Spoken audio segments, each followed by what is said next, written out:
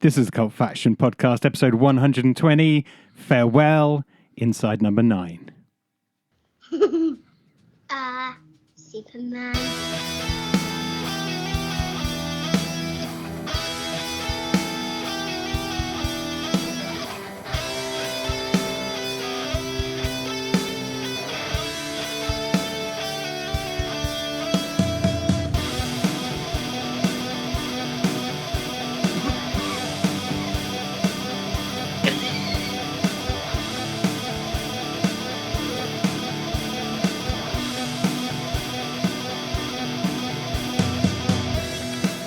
Hello and welcome to the Cult Faction Podcast, episode 120, where we take a little bit of a look back on, well, I say a little bit because it's been going for 10 years now, on the TV series, BBC TV series that is and was Inside Number 9. I say is and was because they're doing a new theatre production, aren't they, based on Inside Number 9. So, Yep. But so, as so it's far still as around there. As far as we believe, though, the TV series has now ended. As far as we believe, but we don't always trust them. They're sneaky. Yeah. As ever, I'm your host.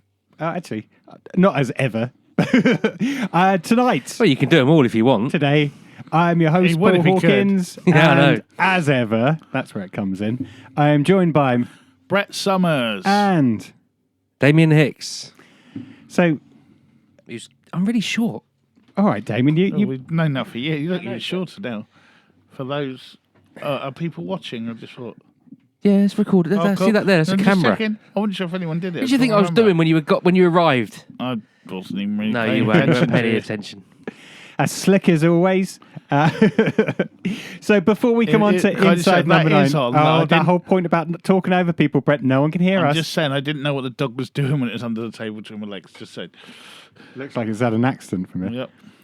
Carry on. Sorry, Paul. So before we get on to Inside Number 9, and specifically we're looking at the last couple of episodes, but we're going to delve back into a couple of our favourite episodes as well. Obviously, there's quite a few of them, so we're not going to go in depth into all of the Hell no. 9 No, Brett, we're series. not. However, any points of interest, TV, film-wise, that we want to discuss, I take it no one really wants to talk about outside work, life.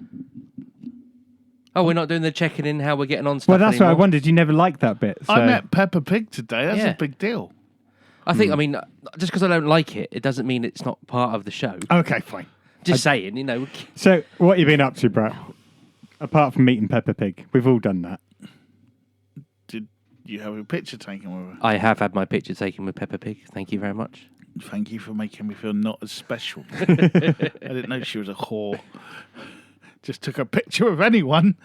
Now, on Sunday, I got to train with the UFC legend and Hall of Famer Royce Gracie, who won the first ever UFC and as a pioneer. So that was a nice tick off the list of the things I never thought I'd be able to do. And I was still just about walking by the end of it, so it was good. You didn't do that thing where everyone goes up to Mike Tyson and just says, "Oh God, I've always wanted you to punch me," and he No. punches them, and they instantly regret it. No, I'm just not that stupid. But no, I was just obviously carrying my long-term injury. It was like, should I go? And it was like, well, how often do you get a chance to train with someone like that? And as he said in his question, he only comes to England rarely because we have about 1 week of summer, and he's from Brazil and lives in California, and it's just too cold. That's why he never comes to England. Well, So but that was the thing. Everyone just went, "Yeah, fair enough." And I think he was waiting for us to go, "No, it's not." Yeah. And being English, everyone went, "Yeah, fair Yeah, point." they mate. got a yeah, point. Yeah. but we don't get earthquakes here, like they do in California. Yeah, we don't get hurricanes, tornadoes. I got a feeling he lives in Hawaii now, but who knows? I think he just They have sort of- hurricanes, don't they? I in think he's Hawaii? one that. I think he's And, got and one that- volcanoes. Yeah. I think he's one of those dudes who's just got places everywhere, and he just follows his surfboard I around. thought you were going to say follows the sun, So did I. No. follows the waves, Yeah, he does. Follows the waves. Bodo Zaffa. Cool. Anything else apart from those? I mean, yeah, to be fair, that's... We've had prom at school. My year 11 tutor group have now left and Oh, gone that out into the annoys big me. wide world. Born free. But When did proms become a thing here? I know. About 6 years ago, I think. Maybe longer. Nah. What was it? A Yeah, it's themed- longer than that. Was it Nah. a themed prom? Under the sea, maybe? Or No, no. Enchantment Under the Sea dance. No. Be there or be square. No, but they did play a song that everyone shouted really loudly and sang along to that I'd never heard before, and it's called Birthday Sex. Have a listen. If you are a parent, that's what your kids are listening to. oh wow. I Enjoy. blushed. I blushed. But when everyone, there like 200 kids, all singing along to it at the top of their lungs, it was like, Why was the DJ playing it though? because they obviously requested it, and The DJ didn't know any different. the DJ is street cool, isn't he? They probably said, don't play that, and he was like, yeah, I'm cool, kids. Yeah, yeah. Cool. Okay. And did he play any songs backwards to see if they could bring the devil down? No, I did. Any pig's blood falling from the ceiling? Bizarrely, Cher, Do You Believe in Life After Love still fills a dance floor at a prom. God. And they all sang along to that too. So I hate don't that know. song. I don't know why that's That what- really- if that's in a film or That's something 20 at the moment or Really a sums TV up the show. youth of today, doesn't Yeah. it? Because it was just like there was all this weird stuff. Then like the odd like little sprinkling The, of something the like that. 90s banger turns up. And then on came Agadoo. They loved it. There was Oh, no oops upside. Emily your loves head. that. There was no oops You might hear upside that on your head, Saturday. Macho Man or anything else Yep. by Black Lace. A lot of Black Lace gets played on Emily's playlist. Yeah. Brilliant. Well, fair play to her. Damien, Yes, what have you been up to? not a lot. Working and spending most evenings in here watching football and drinking beer. That sounds not a bad life. Yeah, yeah. I mean, I've got a bar. I'm going to use it. Just you? Anyone else? With football, yeah. Cool. It's nice. Oh, I don't like the word man cave. This isn't a man cave, but it's a man cave. Cool. So- Can we have fires if it's a cave? No. There's a lot of wood. Not treated the wood. No, I haven't. Is there a lot of wood in your man cave? There's a huge amount of wood in my man cave. And obviously we've got a special day coming up on Saturday, so much prep for that? Or have you just left that to the better half? No, there's a little bit here and there going on, but I don't want to ruin the surprise. I did see a video last night. Dino Dave, Yeah. with his dinosaurs playing football. Yeah. Yeah. That's just a taster of things to come. Cool, like that. So that's your week. Yeah. What have I done? I think it's been a relatively quiet week. Work, obviously. Booked my holidays. Where you going? Oh, well, we need to know what that is for the recording of this, so if let us know. The Not now. last 2 weeks of August. Cool. So if you're listening, that's when his house is empty. Oh, no, it won't be empty. Yeah, so it's one of those things, I hate spending money. So We know. even though it's for like the greater good of the family, I don't want to be a there's just that miser. moment of like as soon as you forked out, thinking, "Oh God, I've just spent a few grand on a holiday that's only a few, Where are you going? 9 days, somewhere in Spain. I don't know, and Lucia or something."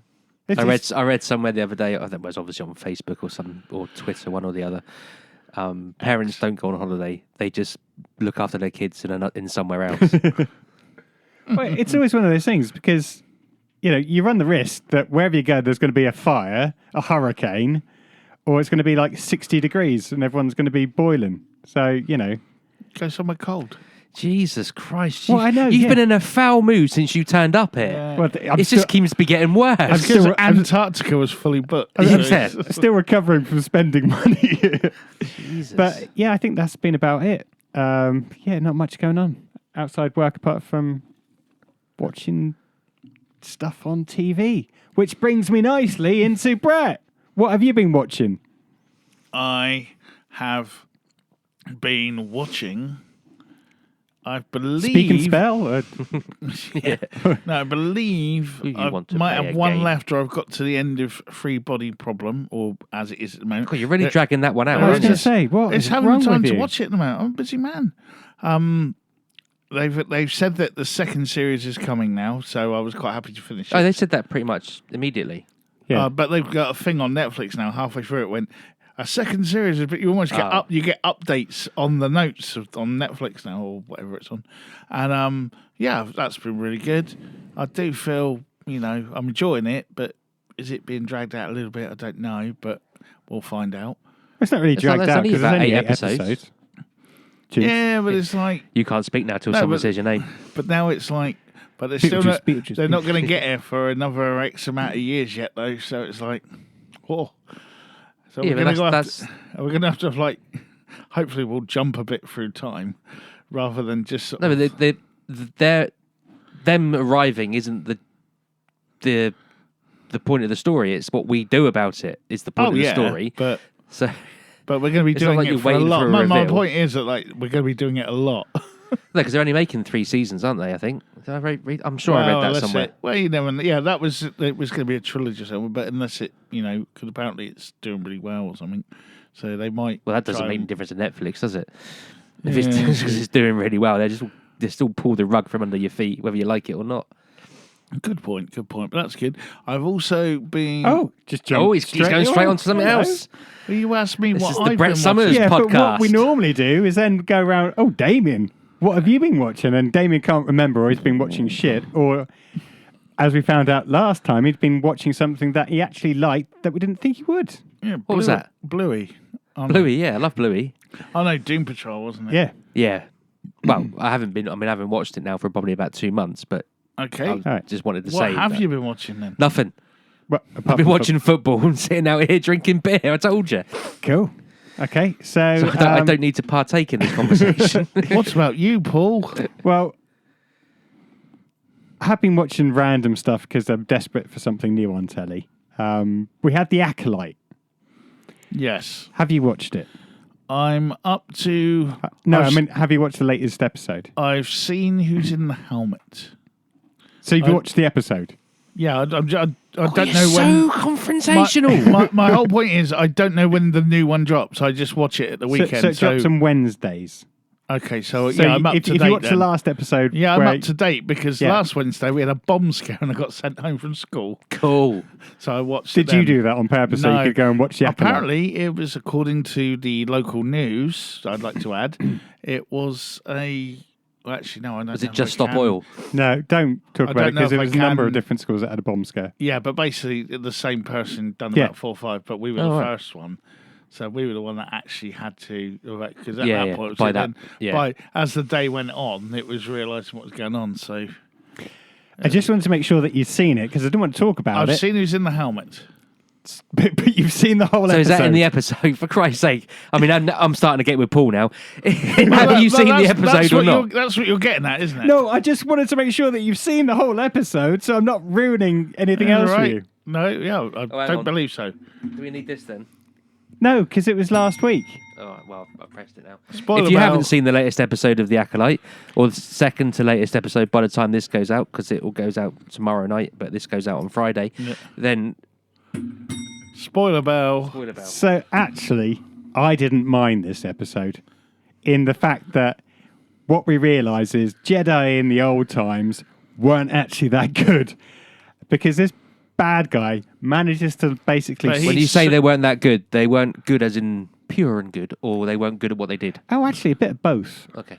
So they're Well, different. the bureaucracy is still there that we talked about. But haven't they before. always been... They've always been morally good, but with a little bit of they got to do what they got to do to get things done. There's a lot of wet work that happens, isn't there? That's more the Rebel Alliance, I think you're thinking of. Oh, okay. See, this shows Cassian how much Andor I and all care. that. No, but basically... It's the ego and bureaucracy of the Jedi that you're kind of getting the taster of. Okay. The last episode was basically like Anakin Skywalker slaughtering younglings. But these are grown up, proper, supposedly Jedi masters that were just being slaughtered. I think there was a couple of Padawans in there just for sort Well, there was one bit where he had his lightsaber out, used the Force, and basically skewered 2 Jedis.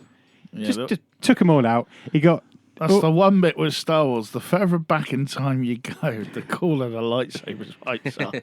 Yeah, and he also had a trick where he could headbutt the Jedi's lightsabers to basically disable them. Okay. Who knew?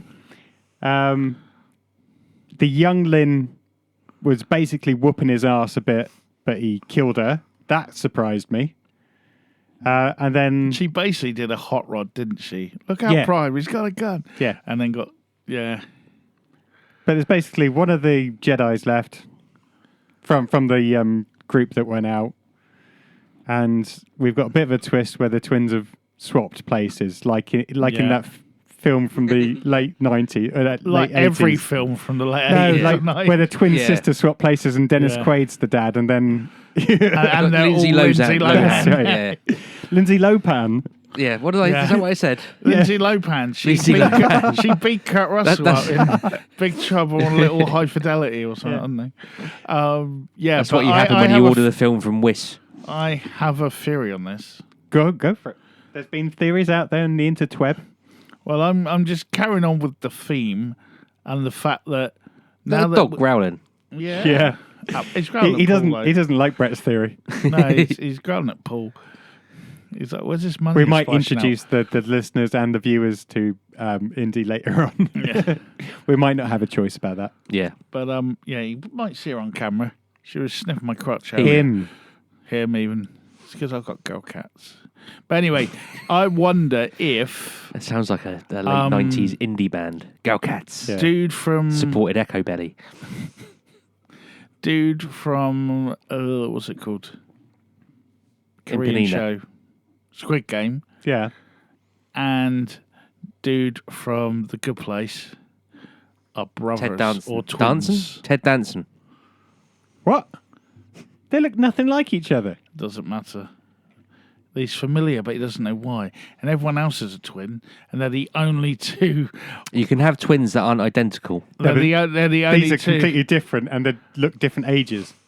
Oh, okay. Yeah, but it's the Force or something. I'll stay out of this. I said I was going to stay He out of this might be conversation. using I will the stay out of this Force to conversation. stay younger or something, because that's what the Sith do. He said Sith, though. Yeah. That was a big deal, because they were like, they haven't said it's Sith yet. It might be something else. He's like, Sith. I've said Sith. Listen, I've said it. You know, it was like... But I was really up for his badassery, and then he spoke, and that was when I realised it was the guy from The Good Place, and Yeah. it kind of took any badassery... Well, he's buffed up a bit for the role. Oh, yeah, yes, but it took a bit. It was like I saw Bill and Ted before I saw The Lost Boys. So when Alex Winter starts jumping up and down going, yeah, you be one of us, I'm like, it wasn't like, I don't think it would have been scary anyway, to be fair, but it was, it kind of took the sting out of it a bit, but he is cool, and apparently he does a lot with his own shiz, so that's always good in my book. And, but yeah, in Star Wars, lightsaber battles are much better hundreds of years before. Yeah. I mean, it was a good battle. Yeah, it was. The whole twins. Probably one of my favourite ones, actually. The whole twin swapping places, though, that it's like, why? Why you can think of Because something we've else got to another do? 3 episodes. Yeah, I know, but seriously. And we know that the little robot dude has worked. No, not the little whatever he is, Yeah, chipmunk, he's cottoned on already. whatever mongoose type creature he is. I mean, has worked it's her out. Star Wars 101. Yeah.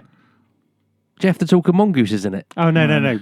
Oh. It's Star Wars Lassie, isn't it?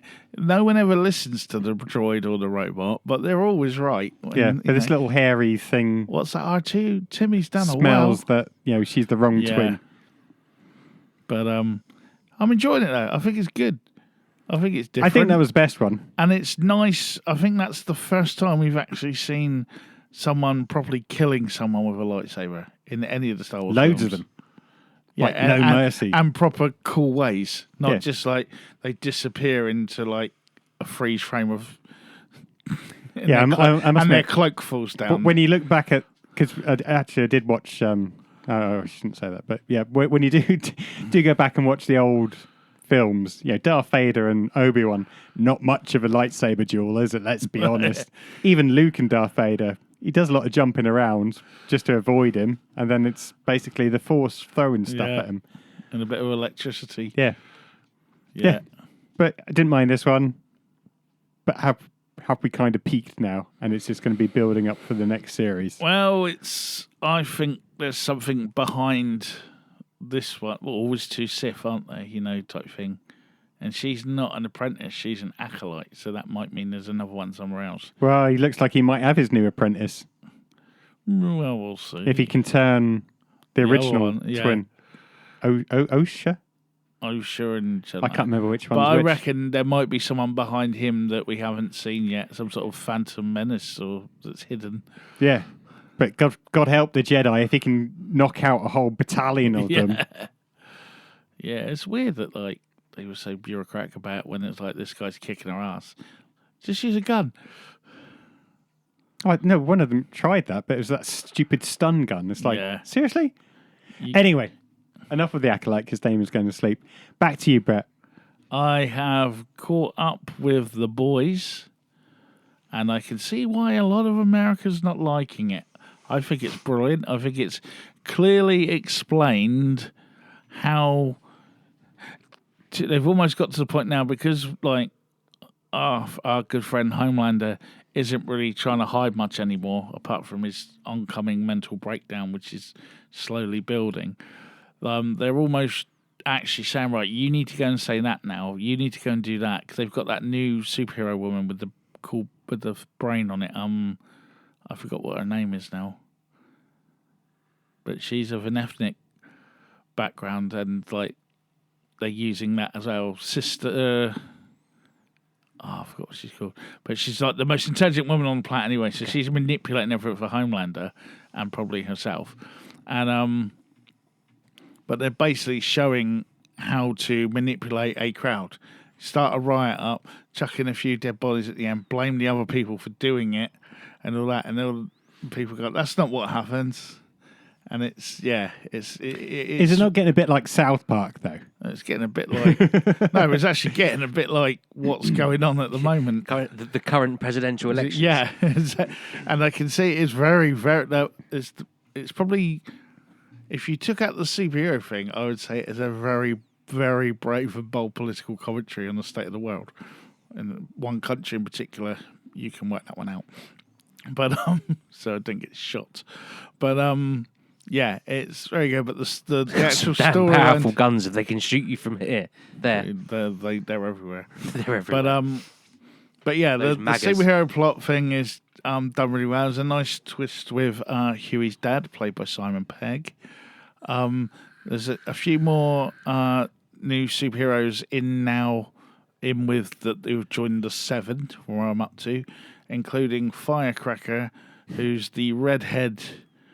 You haven't really, her power's not very good. She just like does like little explosion things, but she's basically she is the Boys Universe version of that. Alex Jones, not the One Show host. You know the big guy that used to have his shows and like the truth. Yeah, the one who's been sued to high heaven. Yeah. And, yeah, She's basically like that sort of cat, and that's why they've brought her in because she's going to rile them up, and Homelander's going to ride that wave of riling kind of thing. And they're telling you all, and it's like, can you people watch this and see how you've all been manipulated now? But they're going, that's not what happens. It's like they're calling it. They're calling out. And it's linked in as well now with the Gem V TV series. It's crossed back over with that now, with what happened in there being very relevant to what's happening in the episode, and some of the characters have now come across and everything. So that's all linked in nicely. And I'm really enjoying it. It's going to be a horrific ending to this season. I think there's one more after this. that's and when I'll start. When it finishes, is when. Yeah. Well, actually, if there's only one left, I might start watching it soon. And then I won't catch up straight away. But it's not, in all fairness, it's not looking good for anyone at the moment. Everyone is screwed in their own way. And That's life. but again, that is life. It's not, nothing's all washed up and cleaned in 20 minutes and reset for the next episode. Even if they're of The Boys. superheroes. And there are some bits as well and some really cool deaths that you're going to love. Cool. But just remember, don't shut to kids. Okay. Okay. I won't go back to Damien, as he hasn't watched anything apart from football and Well, drink beer. I haven't watched anything, but I have listened to it. Well, let's see, podcast, except this is BBC Sounds. So in the old days, BBC Sounds would just, the dramas they put on Radio 4 and stuff, they would just package them up and they'd be on the radio iPlayer, whatever that was called. I forget what it's called now. But now everything's a podcast, even though it was a drama when it was shown on the radio, played on the radio. Anyway, so it's a podcast, but From their audio library. yeah, exactly. Yeah. But I can't remember. It should be called BBC Radio Player or something. Yeah. But anyway, a relatively interesting drama called The Specialist, I think, about a doctor that gets sent to some remote village in Wales because there's something going on there. That's about all I can say because every episode does stuff. It's quite good. It's nothing groundbreaking. It doesn't set the world on fire. Is it a nothing burger? No, it's not a nothing burger. It's just the way it plays out. It was actually quite interesting. So, and it's like the episodes are half an hour per, so you can get all 6 done in a relatively short time. I can't be bothered to do the maths. Cool. So that's worth a listen if you're at a loose end. Brilliant. I listened to that whilst I was playing And that's snooker on the PlayStation. BBC Sounds. Yeah. Did they? Okay. So are they putting lots of things? They put onto that? pretty much most of their stuff, even like a lot of back catalogues. When I go on there to listen to the, they do a lot of M.R. James and all the old dramas from the 70s and 80s. Cool. 'Cause I get there's an old 'cause even Vincent Price one. I forget what it is now. a lot of their old their podcasts now are just on that now, aren't they? And not available on like other outlets and things. Yeah, I don't think they do any of their own, either produced by BBC or produced by a production company on behalf of BBC. Don't go anywhere else. Yeah, just. But then I don't really, because they're all just celebrity nonsense anyway. It's the dramas I go on there to find it. So like they've got an H.P. Lovecraft on there at the moment that I've not. I think I have read the book, but I might give that a listen at some point. Yeah, and every now and again, like the old Man in Black when it was. Oh, I've forgotten the guy's name. He played Death in the Terry Pratchett Hogfather when that was on Sky. But he was the Man in Black before Mark Gatiss took over and relaunched it, whatever. Johnny Cash. No, not that Man in Black. But they're good little ghost stories or twisties, like Tales of the Unexpected. Look on the out radio. below! Look out below! So that was the Signalman. Yeah, I like that one. I remember that one. the Stone Tapes is a good one, but that's a TV series from the old Ghost Stories for Christmas.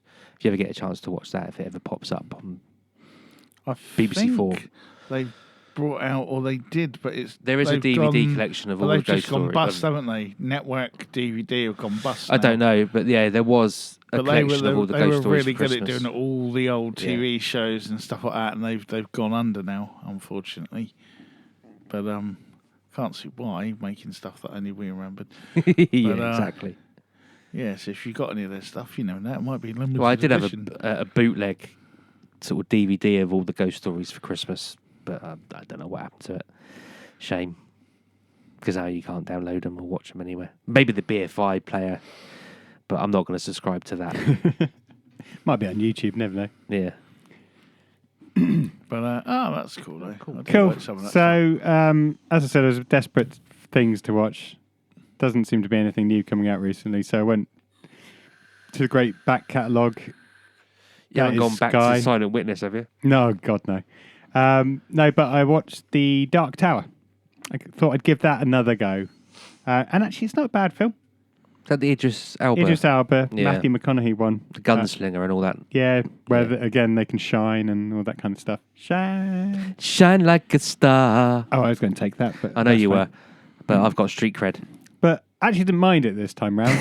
A bit of a different shine somewhere. And yeah, Idris Elba just doing what he does and being cool on screen, and Matthew McConaughey again, just being Matthew McConaughey. How bad was it though compared to, because like it sort of bombed, didn't it? And everyone took it to task for not being like I forgot what they're called. There's a trilogy, or wasn't it a load of books? Yeah, Stephen King books. Yeah, Dark Tower. Is that what it was? I No, wasn't sure not if it Dark was Tower. The Black. Oh Jesus! I just got the old BBC Two thing stuck in my head. Or Black Tower, the wine. Dark Towers. Yeah, but there's basically a trilogy of Stephen King books. But the problem is, over the last few years, the films haven't been great, but the books haven't been that great either. So, if I'm honest, I think it's too short. It's only about an hour and a half, and they could have, given it another half hour to make it into something incredible. I think, that everyone would have maybe got into it a bit more. But no, does it drift far off? I haven't read the books. Okay. I thought you read the books. So. No, I it sounds horrible, but I've given up on Stephen King over the last few years. I liked his early stuff and read it when I was a teenager. I've never had the patience to read a Stephen King book. I've No, but tried is that- lots, that's what I mean, and is I've said early it stuff. before. The But he'll ones- spend a chapter describing a doorknob, and I just can't take that shit. My issue with Stephen King has always been since I read a few of it. I can't remember the order, but I always remember when I read it. Far too young, but I could read that well. So yeah, he's never had an ending. See, He's not. There's not been that. It kind of gets to that point, and then it's like for me, it was all like the scary clown, and he was the form of fear. I get all that, and then it was like, and then he turned into a spider, and they smashed him up with stones. The end, and it's like, the thing is, what's your homework due in? Is there a deadline? You know. what I find is, Spoilers, by the way. no, sorry. no. It's I think Spoilers for it. I think it's I'm not even bother getting the bell out for that. I think it's a tendency of writing about a writer or Maine or whatever, and you get a bit bored of that. I love the Batman books because they were short, little stories, and they were great ideas. But yeah, I think he's ventured off into Well, I think weird that, and but, wonderful you know, things. without going down a whole rabbit hole about ghost stories and all that sort of stuff, I think that's most of the best sort of ghost and horror stories are short. Yeah, It's a, you know, the almost always humdrum, bit of jeopardy, scare at the end, and reveal. That's a ghost story, if you like, in a nutshell. yeah. Like the Or last horror man or on whatever. earth was sat in the lounge. The doorbell went. Yeah, exactly. Yeah. The kids were knocking at the door. We don't have kids. That's exactly. Those there. So when Stephen King writes a book that's 450 pages long and a chapter, that's a short book for him. yeah, I know. But you know what I mean. And that's when they become, Yeah. they become a letdown, because if it was shortened, the kids, it turned into a spider and the kids bashing it to death, isn't actually that bad an ending to a short story. But when it becomes elongated and all this mythology is built around it, it just feels flat. Yeah. And I think that is the problem with a lot of most horror nowadays, to be fair. That's why I still rate, and then we go, oh, he's making writes for kids. R.L. Stein Goosebumps stuff, yeah. has never written a bad book. No. Because he's got a formula, he sticks to it, it changes to whatever the creature is or whatever, but it's that sort of story, you know, it works, people like it. You know, formulas work, you know, again, whatever series Power Rangers are on now, you know. Scooby-Doo. In Japan, they're on about season 50. In this country, in the Western world, they're on about 30 or...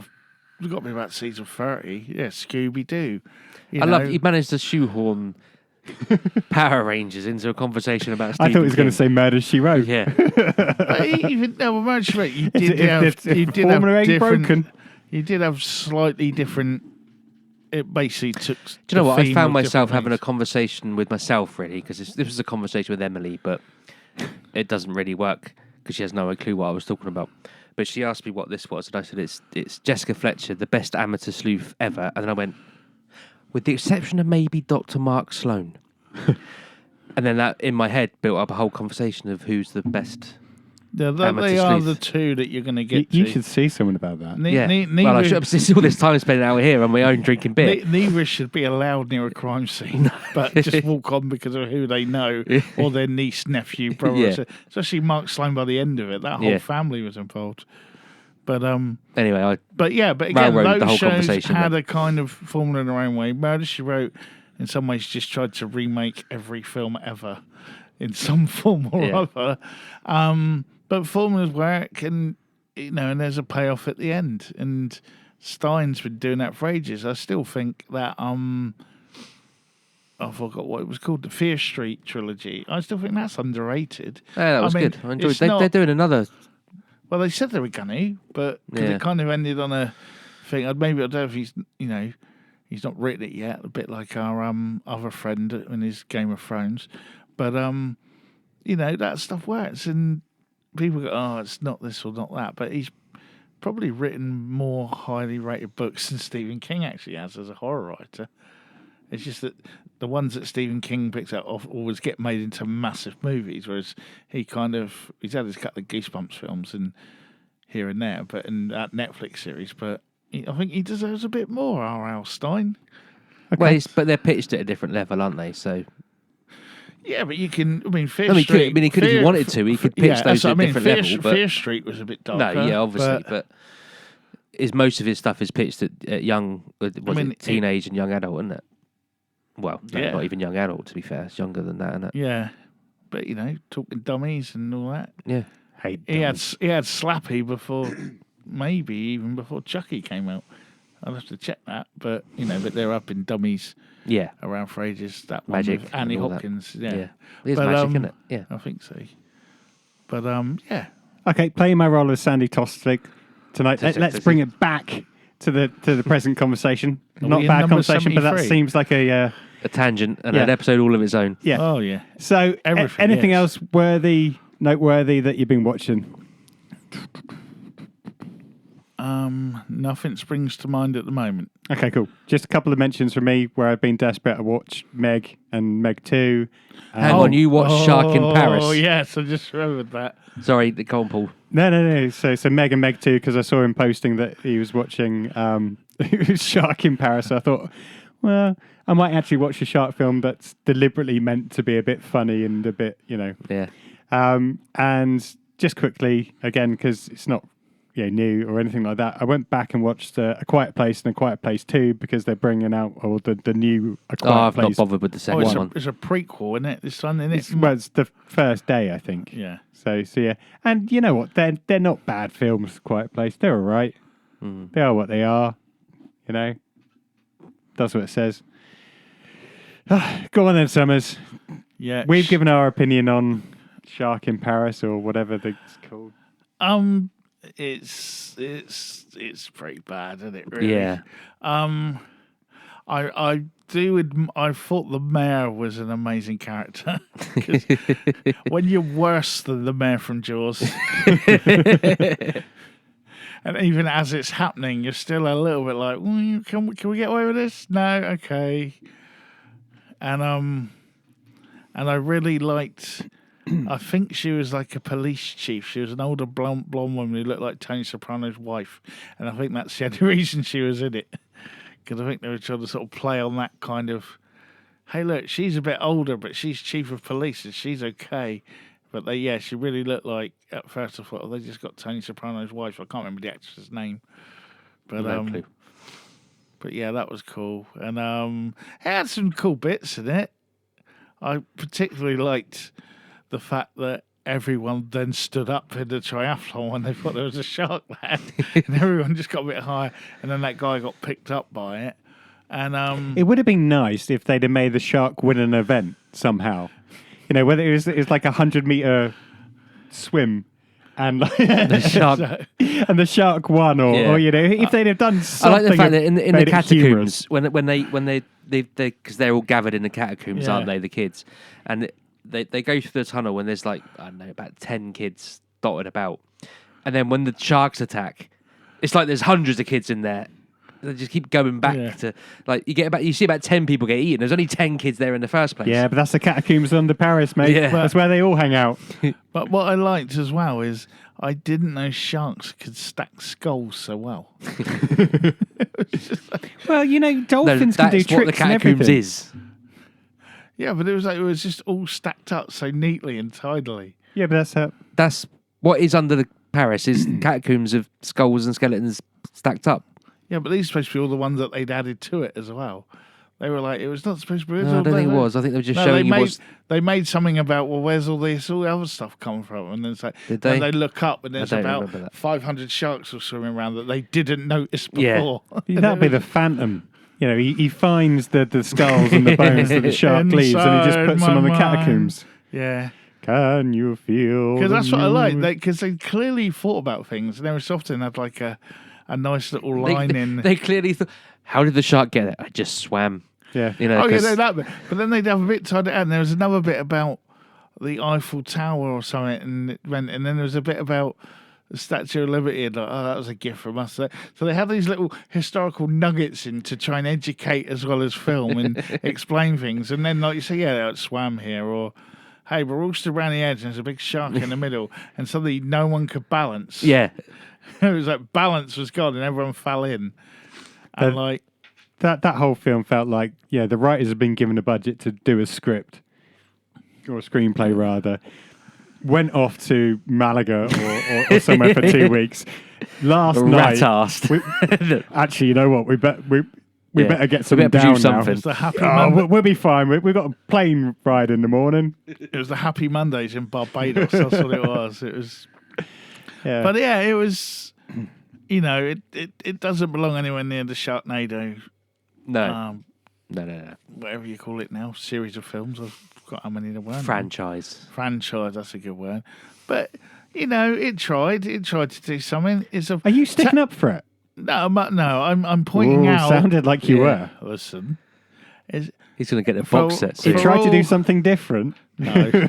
But for all intents and purposes, it's a foreign language film trying to tap into an international market.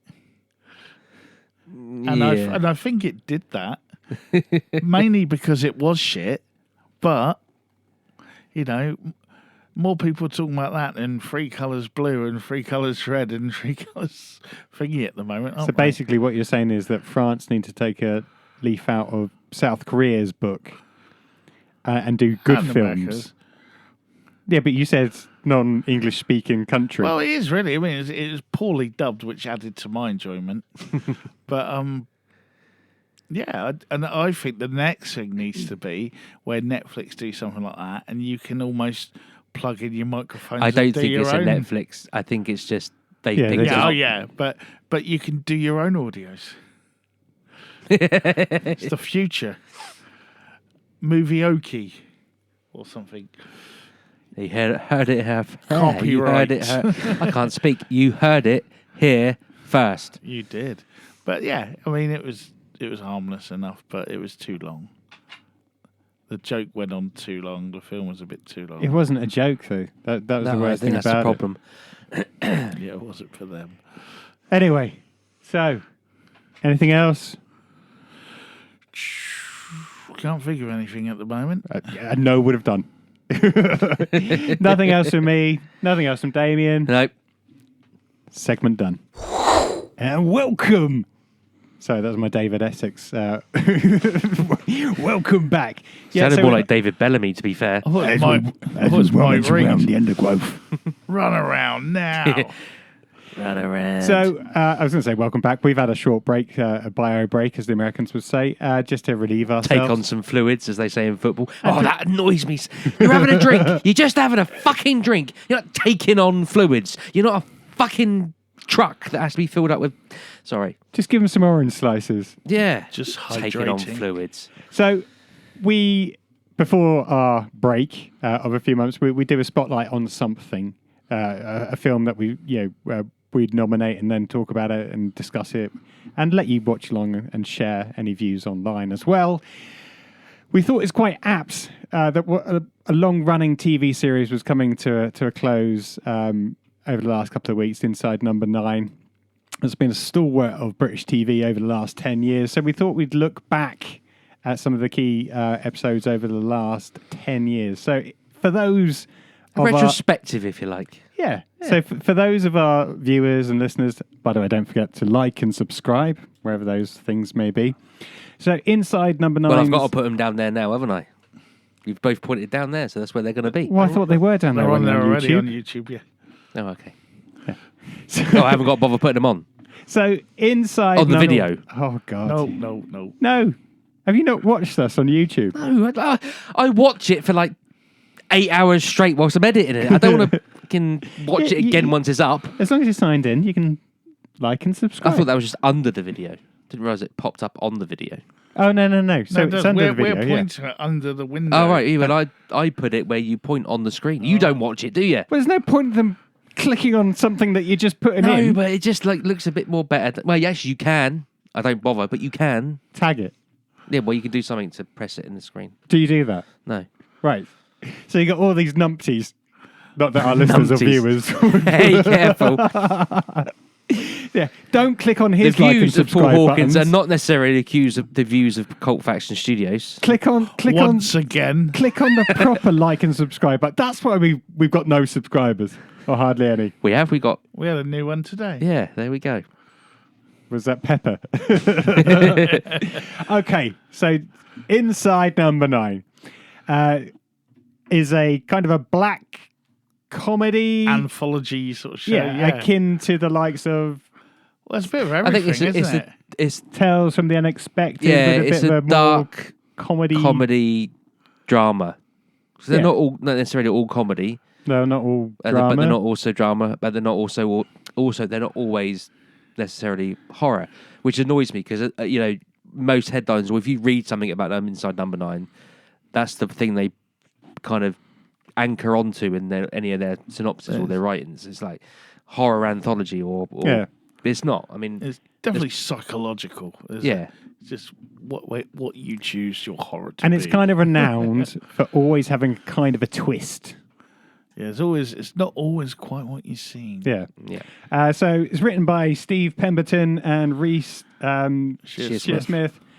Produced by the BBC. They must have made quite a lot of money off of the box sets before they gave it to the iPlayer.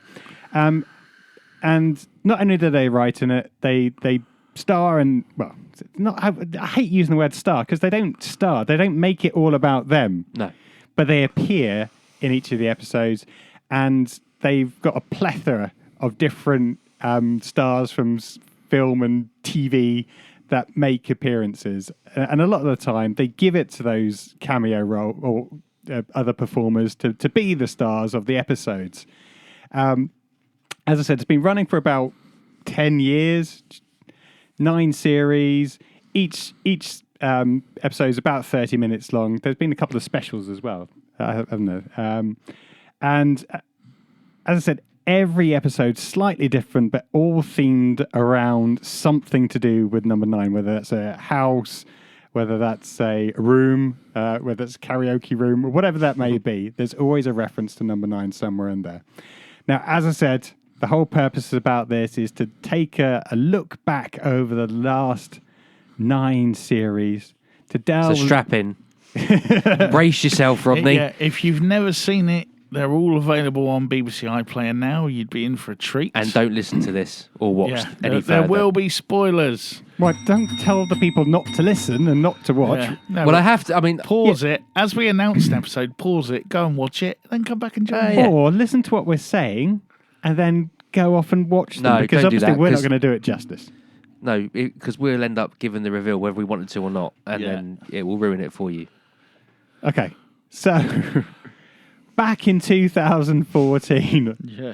um, Dun, dun, dun. Series 1 hit the BBC TV screens, and we started off with Sardines.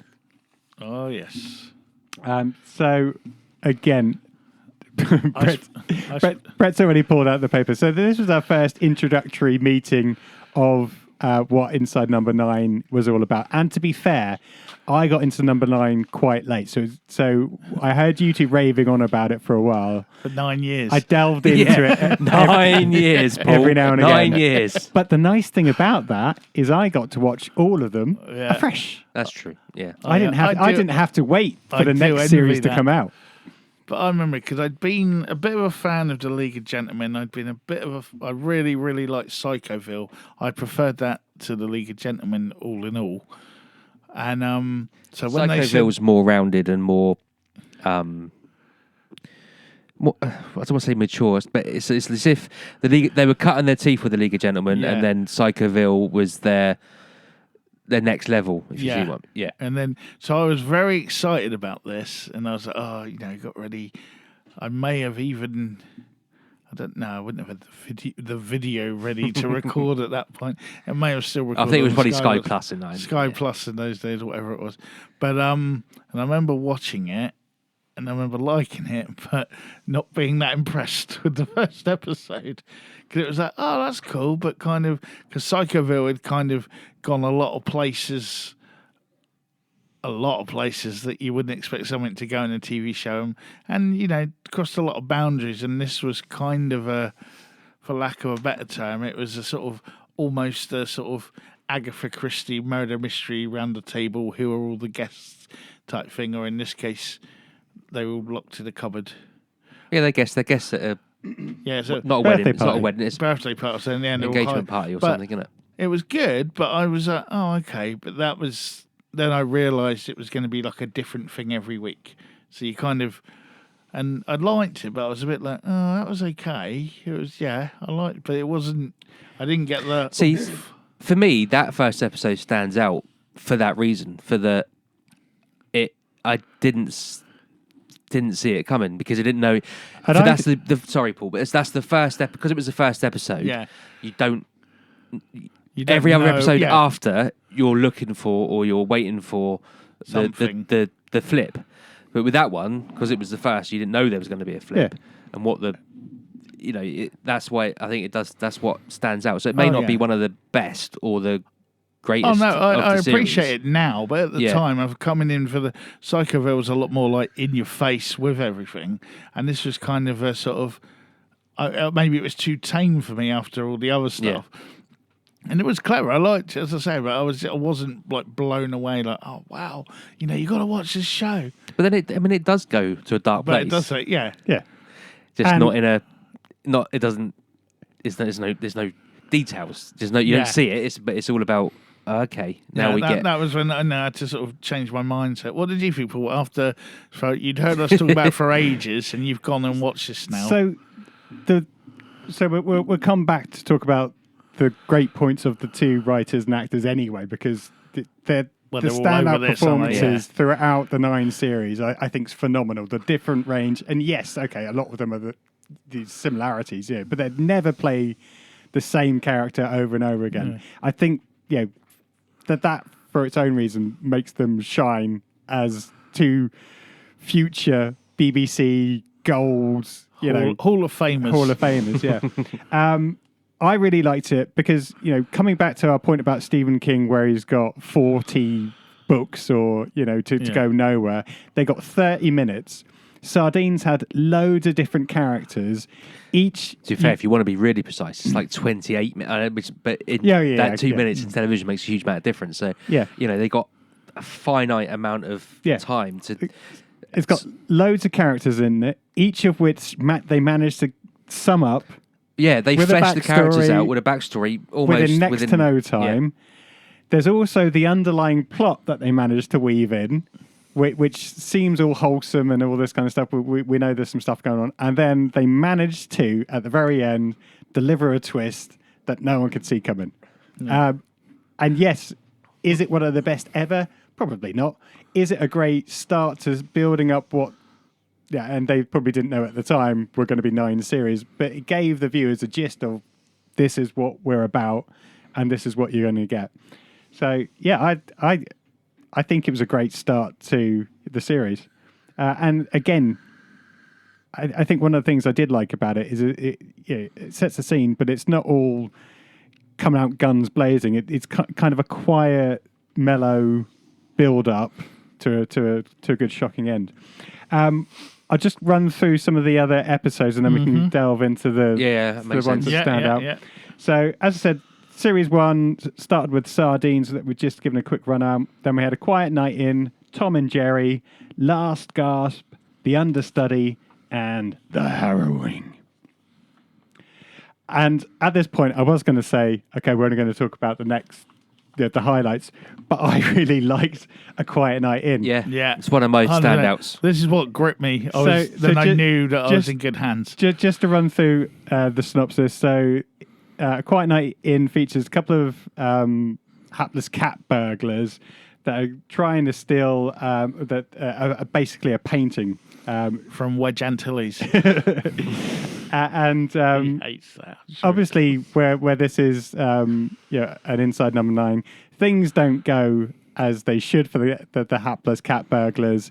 And the really nice thing about this is, as the title would say, it's a quiet night in, not just for the two people living in the property that are going through their time, but also the cat burglars are having to be quiet whilst trying to steal this painting. So there's not a lot of dialogue in this. It's more of a... it's virtually silent. Silent Yeah. movie, Buster Keaton chat. Yeah. The bit though, I love that, and then the bit I realised at the end is that the girlfriend in it is played by Una Chaplin, granddaughter of Charlie Chaplin.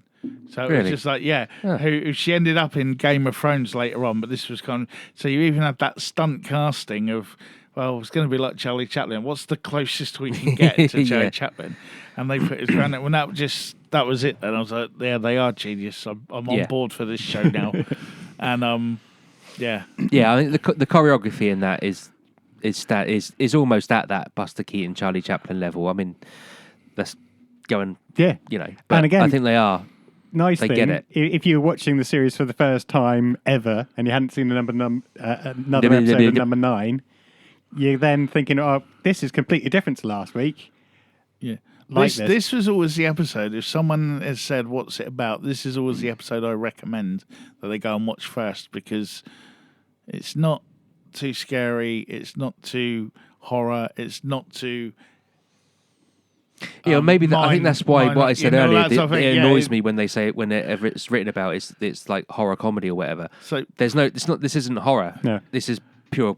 yeah, so comedy. if you're listening to this and you've never seen it, go and watch that episode, because I think you'll be pleasantly surprised, because it's genius.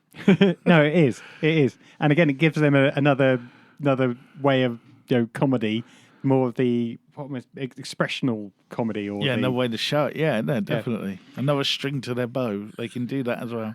Okay, so any other standouts that cool, you've got the series list up in front of you. So from series 1, any other standouts? We don't want to go through all of them. No, and we're not ruin going to go through it. I everything. mean, Tom and Jerry was a great plot twist in it. I think that just the way that plays out is really good. Oh, yeah, I've just realised what one that was. Yeah. And had Gemma Arterton in it as well. Oh yeah, it does, doesn't it? Yeah. But Yeah, yeah, so I thought that one was really clever. That's if you say to people, what I don't with number 9, I don't get the concept. So you watch that one because that one is the way it flips and turns Everything, yeah. is just that's how clever they are with their, because that one you don't see coming Nope. even when you're looking for it, which you are by this point if you've watched it from the start. I was going to say, I'm not going to go through every episode, but I actually liked Last Gasp just because it was it was just completely different again. So Last Gasp, there's basically a famous celeb that comes to a birthday party. It's like a Make-A-Wish thing, isn't Yeah. it? Yeah. Doesn't really want to be there. But he's like the biggest celeb in the world. And he dies just after he's blown up a balloon. And they realise that actually his breath is potentially worth a fortune on eBay or if they sell it. So again, another completely different twist. And this is where you're thinking, where the hell do they come up with their ideas Yeah. for this? And it may be, from their experiences of, oh my God, I'm sick of blowing up balloons for the kid's birthday party now. I wish someone else could do it. But again, just another great plot, completely different. And yeah, I won't ruin the ending. Any other shout outs from series 1? No, I mean they're all very different and have their place.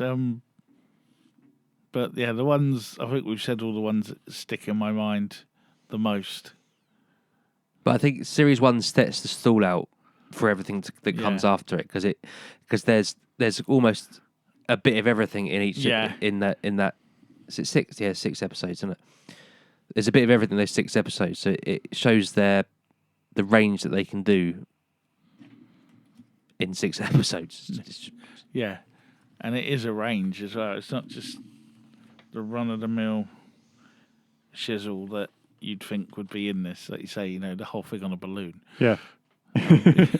So, Cool. Okay, so they didn't make us wait too long. So in 2015, Series 2 came along, and we had Le Couchette, The 12 Days of Christine, The Trial of Elizabeth Gadge, Cold Comfort, Nana's Party, and Seance Time. again, all completely different sounding type shows. Yeah. So I did like Le Couchette. It's basically set on a sleeper train carriage. I think was it in France or something like that. Yeah. Well, I'd say so by the the title. And again, the one thing I liked about this, and they're very good at doing this, is making characters come to life.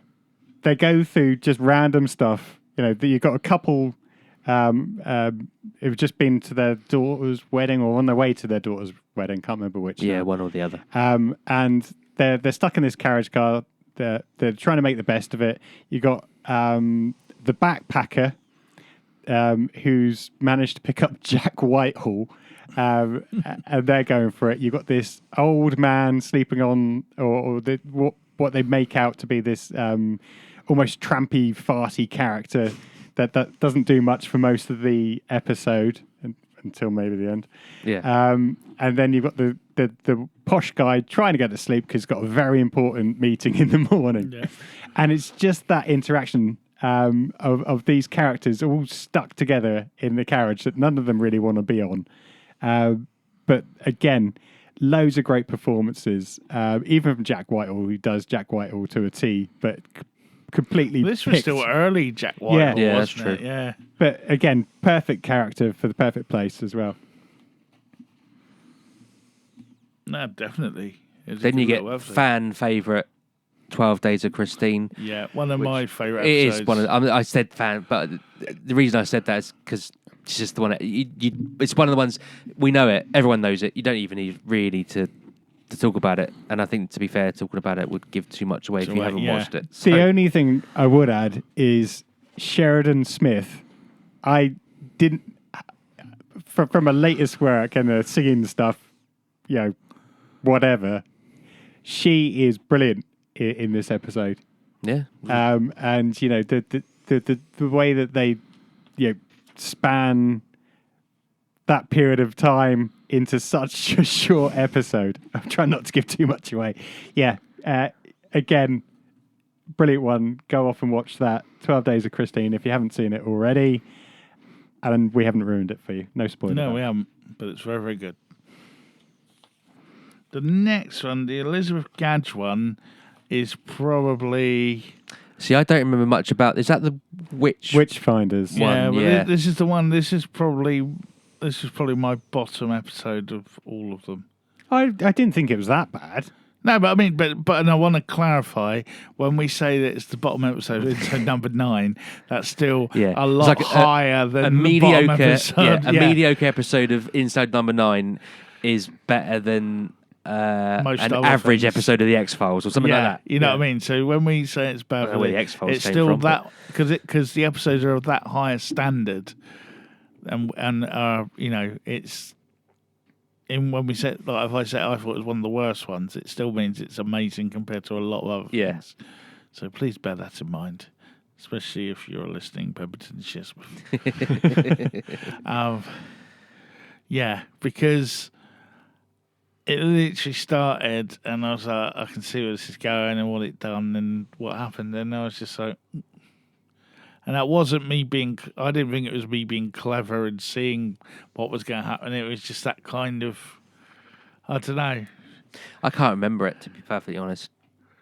But give it a watch, see what you think. Because again, this is the beauty of the series: is each episode does something completely different, and what someone doesn't like in one thing, someone else will love. So that's why it's such an awesome show. Back to you, Paul. I said we weren't going to talk about all of them. So yeah, I mean, Cold Comfort. Cold Comfort, yeah. I think is again. It's a standout for the way it's filmed and the way it's. I mean, the twist is good as well, but I think from a twist aside, I think the way it's shot and just the idea that he's in booth or cubicle number 9. I mean, yeah. Would you even think of that? Exactly. So Cold Comfort is basically someone starts a job at crisis support line and basically has to try and talk a suicidal teenager out of doing Suicide. Yeah, I was trying to not give it away, but I've just said it. Committing suicide. That's all we'll go into it. But yeah, again, all the twists and turns that you don't necessarily see. And Nana's party, again, was, I think that was the one that was actually the what the BBC were trying to get them to do a pilot episode, and they liked Nana's Party so much, I think, that they wanted it just to be about that. Yeah. And a series all about the family and the goings on of the characters in Nana's So Party. kind of traditional sitcom sort of thing. Yeah, which they were said no to. But again, just the interplay of different family members, and again, making comedy out of something quite dark in that one. Yeah, great one. And just excellent characters again. Yeah. Like you say, from even going back to the first episode, every character is sort of fleshed out in some way in the 28 minutes they have to do it or whatever it is. Yeah, and the fact so it opens with a paramedic, and then you got the trick that he's going to play with the cake. You're expecting that trick to go wrong. Yeah, and the way And I was thinking they keep leading to it, but it never goes does. back and forth, doesn't Yeah. it? Yeah, I remember now. and the thing is, we all know that one person just like that, who would try and do a trick like that. Probably be or you, that would just try and be funny, and it's not going right. So almost trying to throw his toys out the pram, but he's sticking with it. Yeah. Okay, so should we move on to Series 3? Yeah. Yeah. Okay, Series 3, again, 2016 to 2017. We had The Devil of Christmas, The Bill, The Riddle of the Sphinx, Empty Orchestra, Diddle Diddle Dumpling, and Private View. Oh, so, as I said, we did want to talk about all of them. But again, Devil of Christmas. That is one of my favourites, I have to say. So with Devil of Christmas, it almost gives the listener the impression that the director of this program, set in 1970 or filmed in 1977, is doing almost a voiceover. Yes, director's commentary is what you're thinking you're watching. Yeah. And it's just, well, it's a daft thing to say, but it's so clever the way they do it. So we know nothing about this It's until very about hammery kind of thing, isn't it? 4 minutes into the actual film of The Devil of Christmas, where it's so well set in 1977. The camera effects make it look dated. The set shakes. The acting is deliberately Wooden. or overdone. And then in comes the director's commentary and say, "Oh, okay. Now, did you notice?" And the interplay about how he then comments on, "Oh, he fucked that up," or "She was way well past her prime," or it even starts, I think, with, "Now, notice the inconsistency between this. Look at that picture there. We had to move that around," and even getting the little kid to obviously follow someone around so they could work that in. I thought that was really clever, and it managed a completely different spin for the first episode of another series. I think keep people going. Sorry, but it's the clever thing that you're actually invested in the storyline playing out on the film, just as much as you're invested in the commentary that the guy's given, and yet you got no idea where it's going. I think it's just because you get fully immersed into you're listening to a director's commentary about a film, and the film at the same time. And that's all you're watching, and it's just. But it occupies both levels of your brain, doesn't it? I think and then it doesn't. Yeah, Then it doesn't. it's all about Krampus in there as well. So it is a complete Christmas feel. And It was the Christmas special, and that one came. Normally they started in February. This one was just after Christmas. 27th of December. There we go. And he had Derek Jacobi playing the doing the audio commentary. He was the director as well. So and a great twist at the end. Oh, and then we went on to The Bill, which is one of my favourites. I think The Bill is brilliant. So, quick synopsis: The Bill is basically you've got 3 friends, old friends, and one newbie friend of one of them. Finish their meal, and they basically have a big argument about who's going to pay the bill.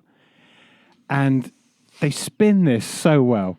You've got the one guy that doesn't really, it doesn't really have much money and has already come there, worked out what he's going to spend. Yeah, It gets his little money purse.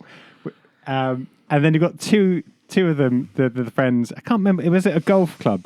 No, badminton club or something Something like that. I think you're right. It's badminton. I think. Yeah. One of them actually became the head of the badminton club. The other one's a bit knocked off. So there's almost this. Well, I should be paying for this, blah blah blah, because I'm the head of the badminton club. The other one goes, no, you got it last time. Even the clever thing. Oh, so you want to get this because we're going out for another meal in 6 months' time. And again, it's like, I mean, we've never had any of those arguments, but you could tell how some people are like that. I won't give it away. But even when It helped with it being Philip Glenister as well. Yeah. At this point, he was still, well, he still always will be Gene Hunt. Yeah, but it was still right. It was still fresh. in the memory. Yeah. if you like. and Even though it was he plays the rich friend from London who's doing very well. The southerner. And has come up north. Has got oodles of money back at the hotel room, apparently, in a safe. Great episode, really clever. And again, completely contrasting to the one before. And yeah, what sounds like it shouldn't be an interesting episode, 3 people arguing about a bill. Yeah, but it's just the way it escalates, and then at the end of the escalation, because you think that's the think that is the Yeah. You think the end that's is the the end. shock. You think that's the Yeah. twist, but it's not. The twist is Still to comes come. after that, Yeah. and it all rounds off in those 3-4 minutes. It's just clever writing. Okay. So, do we want to talk about the Riddle of the Sphinx as well, which is really good? Teaches you how to do cryptic crosswords. I think we should, Exactly. Yeah, and I think the probably without talking. Let's not. I don't think we need to talk about the episode per se, but the fact that is it Reese? Yeah. One of them actually did crosswords for the Guardian in the run up to that episode. Oh, Do they really? Steve Yeah, Pemberton's, Steve Pemberton. I don't know which one it was. I forget. Professor Nigel Squires. Yeah, actually wrote. So that's how deep they go with some of this stuff. Yeah. And again, as Brett said, it helps. Because I used to hate cryptic crosswords. So it's like, oh, that's what it's about now. Yeah. It's almost like they're teaching you Yeah, as well. it tells you the formula that you think about. Not crosswords. only is it a funny horror, black comedy, whatever, but it's also educational. Kids. Yeah. Okay, I didn't really get on with Diddle Diddle Dumpling. What? Yeah, I didn't really like that. I like that one. That But was really that's- cool. we couldn't You dis- missed Empty Orchestra as well. Okay. The karaoke. Diddle Diddle Dumpling was really messed up. Yeah. That was one. That's the shoe The one, shoe isn't it? one, Yeah. isn't it? Where he's like, Becomes obsessed with. Yeah.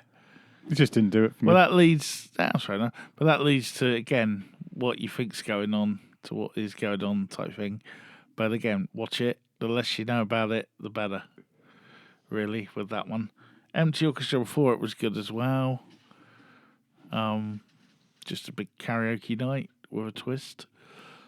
Oh, I forgot about that. Yeah. Yeah, that was all right. There lots of singing in that. But that's what it's about. It's about being set in a karaoke booth. It wasn't much of a twist, though. Let's be honest. It's more a soapy episode. Yeah, that one, Yeah. wasn't it? And that had not Denise Van Outen. It was the other one, wasn't it? Tamsin Outhwaite. Red Cap. Tamsin Tough, Outhwaite. uncompromising Tamsin Outhwaite. Yeah. And finished on Private View. Private View, I liked mainly. Well, they had quite a lot of people actually, but they had Montserrat Lombard. Is that the organ donor one? That's Yeah. the one where she's the artist. and Yeah, the organ actor, donor. but she- Yeah. I think that is good, but I think that's a story I've heard so many times Yeah. in different, like, not MIJ. In fact, it's a Man in a Black episode on the radio. Well, it's probably not on Sounds now. on but wireless. on Took Wireless, that does this very similar kind of twist at the end. But I just have to have Montserrat Lambert in it because she was brilliant in Life on Mars, and she's not really been in much. She's just theatre. She's a theatre. Theatre. She's She a was theatre in- actress. she's You in know, Beyond- those Yeah. were they theatre actress. Yeah, and she's in Beyond Paradise. She's in the first episode Yeah. of that, I think, or one of the first. That's right. Yeah, she Yeah. was. But yeah. Go. I just like the way they projected his face on the actual stone art. I thought, I think there's a lot of creepy artwork similar to that. Yeah, creepy visuals. Yeah, but that was cool. Okay, moving on to Series 4, 2018. We had Zanzibar, Bernie Clifton's dressing room, Once Removed, To Have and To Hold, and the winner is And Tempting Fate. Zanzibar I liked for its Shakespeareanness and its Yeah, pentameter, but I admit that's for a certain audience that are going to Yes, get it's that. clever, but it annoyed it. Yeah. That whole thing annoyed me. But I'm basically just not that was- highbrow enough for If that. you like Shakespeare, that would be if Shakespeare was around today. I Yeah. think that's what they were going for, and the whole farce of it all, because Shakespeare had a lot of farce. But Bradley Clifton's dressing room, that's a whole different story. Yeah, that's a good one. I mean, that tugs at your heartstrings. That's a very good episode. Yeah, one of my favourites. Because you can kind of imagine the entertainers of old, your Tommy Cannons, Bobby Yeah. Balls, and Little and Large, all kind of having that situation, if you like. Just pausing for a drink. Not sure whether anyone else was going to carry on about another one that No, stood out. I can't remember. Once Removed. it's got removal man Spike, Nick Moran, arrives to help Natasha Amelia Fox move house, leading him to a bizarre circumstance which unfolds through reverse chronology. I can't think of that myself. Oh, is it the one that it starts with a gunshot outside the house with a for sale sign, I think? Yes. Yeah. It does. I think that might be one I've only ever watched once. Yeah, to be honest, that one doesn't stand out for me. I'm not saying it's bad, it's just I don't remember it. Okay, anyone else stand out for their... No, I mean, we just I think it's To Have and To Hold, you've got to mention just for its pure darkness and sinister twist, if you like. And especially, I mean, the ending is good. The comeuppance, if you like, at the end, I did like. And the winner was again, that was another one.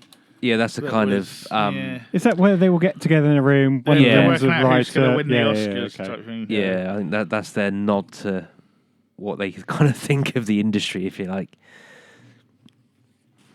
Yeah, it was. Yeah, it was all right, but it was, and again, it wasn't. That's probably on the next one on my list, next to Yeah. thing I said. But again, just because I think they're bad doesn't mean that they're bad in compared to other shows. We're judging them against themselves here. Yeah, exactly. And Tempting Fate, I enjoyed that one. That's a good going back to their sort of horror roots, if you like. Yeah. Okay, we had the Halloween special, God, was that 2018? 2018. Yeah. And the thing is, as well, what's on this as well was a whole massive build-up where they were because it was going to be, it was live, wasn't live it? episode. It's Yeah. going to be a live episode, and they were on the one show talking about the thing of how it's going to be live and How difficult it's the going plot to be and how difficult, hard and it is they to do. did and plan. everything like behind this, and I remember watching it on the one show, and in the back of my mind, they were like, they're a bit too chirpy. Because they're not, I've seen them do interviews, and this is like, and I thought, nah, it's because they're on the one show, Yes. And I knew I was right. But, yeah, put it this way, it unfolds in a way that was not planned. And again, I think, and this, I will say, if you can remember Ghostwatch, Yeah, that's what I was Yeah. thinking of, yeah. you may get a lot more out of Deadline than people that haven't watched Ghostwatch. And also cool, or would have been cool if I'd have watched it at Halloween, that it's set in Halloween, Yeah. because there's not many, or there doesn't seem to be Oh. an emphasis from TV No, not anymore. And also, stations it to was put on Halloween stuff. there was the freaky, because what was happening in there, they were doing live on social media at the same time. Right. So when he put something on Twitter, it appeared on Twitter in real time Yeah. and all that. And they So did that people shot were like, when they're in their the dressing room yeah, and and all that the stuff, news yeah. on, and and it all I mean, kind it's so cleverly done. on a lot of levels for that one. Yeah. Cool. And they got everyone. Okay, so Series 5 in 2020. God, dear. We had The Referees are Deaf, Deaf Be Not Proud, Love's Great Adventure, Misdirection, Thinking Out Loud, and The Stakeout. So for me, I mean, that last episode, Stakeout, stands out again just because it goes back to their horror roots, and just you rewatch it, and there's so many little markers and pointers to what's going to happen at the end. You know, with he's got the cold curry, and the guy can't stand the smell of it because all he can smell in it is the garlic. It's just cleverly written again. And again, that was on my list of the bad uns, but the more I do watch that one, it goes up. Because it was only because I thought straight away, and I was right. But how they did it was really, really, really clever. Yeah. Even the title. I like You know, if you look Yeah. at the title of the episode alone and stuff, it's yeah. So it is well done. I like Death Not Be Proud, or Be Not Proud rather, not just because it had Jenna Coleman in it, but again, it was another almost similar to the 12 Days of Christine vibe Yeah. to it. Well, I love it because this was a follow up of Psychoville Yeah. Oh, right, okay. as well, because the David Sauerbutt's spoiler, like the character who's in it is you follow his adventures through Psychoville, and you're in it kind of, and you don't know what happened to it at the end. So now you do. And it also had So- Jenna Coleman in it as well. Well, that's what's bonus. Yeah, so like that was because I think initially at this point when they started doing like old movie posters of it, and I think the initial one of that, I think it was his silhouette, or they then added his silhouette afterwards. So it's like because it was like the big Psychoville Reveal. reveal, yeah. whatever you want to call it. He returned. So yeah, it could be your next thing, Paul. Go and watch Psychoville now. You'll like it, but it's just a bit Yeah, more it's like extreme. that Inside Number 9 thing you guys Yeah. kept going on about. We'll get you on the League of Gentlemen one day. No. Oh, actually, which one's that? No, I'm sure that's the one that I... I like be the into. referees at Unker because more in the fact of it was Ralph Little, wasn't it? David Yeah. Morrissey and them, but it was just more the fact it was. I like the almost stage show aspect of it, where it's just like 3 or 4 people in one room, and there it's just what unfolds in that room, you know. And I like that, but predictable maybe. But even if you didn't know what was going to happen in this show, Yeah. But the way it was done was good. What ones do I like? Oh, Misdirection was very clever. Oh no, I've got on. No, I haven't. No, you haven't. You're still on the same series. Don't Yeah, worry. yeah, So- yeah. Yeah, Misdirection. I did Oh, like yeah, with yeah, the I remember that, yeah. magicians. He tries to steal his magic trick. Yeah, actually, yeah, that was quite good. And yeah, that was the ones that I would say stood out for me. But, Yeah. but they're all good. Okay, Series 6, 2021, we had Wuthering Heist, Simon Says, Lip Service, Hurry Up and Wait, How Do You Plead, and Last Night at the Proms. See, for me, Last Night at the Proms is the bottom episode of all, I think. Just a bit. Yeah. It's a bit nothing. But Yeah. again, by their standards, I could keep caveating it with that statement. Wuthering Heist, again, that goes to your... That's in with your Shakespeare yeah, episode again. exactly. I liked it, but if you didn't know what it was, Yeah. then you didn't really get it. I love the night that the Simon Says, just purely for the fact that the poking fun at fandom and the just the way it exposes that Oh yeah, whole I say genre, it's not the right word, but that whole thing that exists around these big TV shows and franchises, etc. Lip Service, I think, might have been my favourite because it's just balmy. It just totally goes. Yeah. That's You're the like, one what? with the yeah. Because he thinks his wife's having an affair. Yeah. And Hurry Up and Wait was a bit weird. It's a bit weird, and you kind of suspect you're seeing that one that's almost signposted. Maybe that's the point. With a good old Adrian Dunbar in it. Mm-hmm. I actually don't remember last night at the proms. I think I think literally I've blocked it out. It's just not. It's good. Again, it sounds so this bad, is against. but We're judging it against their standard. Yeah. So it's not against other programs. It's still. Oh, well, tell me the ending off air. I'm just trying to remember that one. It's the only one I can't. Unless I just didn't see it, but I know I did. Yeah, you must have done. Okay, let's go on to Series 7 then. 2022 now. So we start off with Merrily Merrily, Mr. King, 9 Lives Cat, Kidnap, A Random Act of Kindness, and Wise Owl. Merrily Merrily, I thought was very. This was in your wheelhouse, Mr. Hicks. This was your ghost story for Christmas type. Yeah. Is that the one with the pedalo? Yep. Yeah, and Yeah. again, it Diane was, Morgan's brilliant in it. it was good having the three of them back together. I'm a massive Diane Morgan fan in most things she's been in, so that was always a bonus. And playing the slacker guy, his girlfriend or whatever, was pretty cool. And don't worry, I worked out which one I was.